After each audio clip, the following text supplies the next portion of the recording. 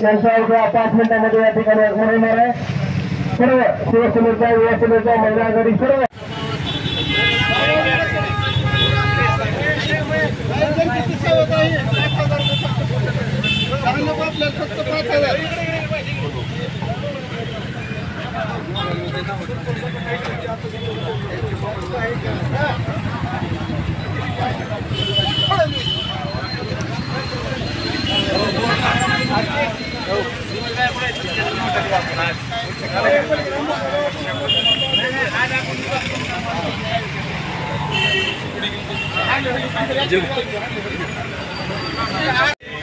कलंकित मध्ये कोण जादूटोणा करते, कोण रेड ट्रॅप मध्ये आहे, कोण डान्स बार चालवतंय, कोण पैशाची बॅग घेऊन बसतंय, कोण रमी खेळतंय.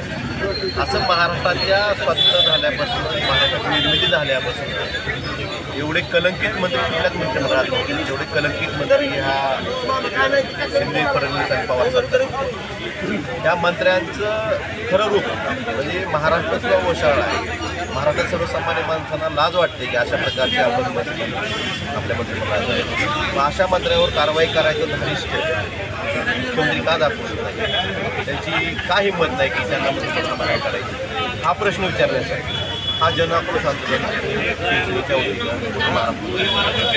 आमची मुख्यमंत्र्यांना विनंती आहे, आता तरी म्हणजे सर्वसामान्य माणसाला तुम्हाला असं मतदान केलेल्या माणसाला शरम वाटेल असे कृत्य असे तुमच्या मंत्रिमंडळात सहकार्य करत असतात. त्यांना मंत्रिमंडळात ठेवण्यासाठी तुमची कुठलीही अडचण आहे, अशी कुठली अडचण आहे, बहुमत तर तुम्हाला स्पष्ट आहे, कुणाचीही आवश्यकता नसताना कलंकित मंत्र्यांना मंत्रिमंडळात ठेवण्याचं कारण काय हे मुख्यमंत्री आहे महाराष्ट्रात सर्वसामान्य आणि ह्या गोष्टी समोर आणण्यासाठी आज महाराष्ट्रात जे आंदोलन चालू आहे त्या पद्धतीने जनाक्रोश आंदोलन आज धाराशिव तेलंगणाच्या धर्तीवर ऑनलाईन रमीला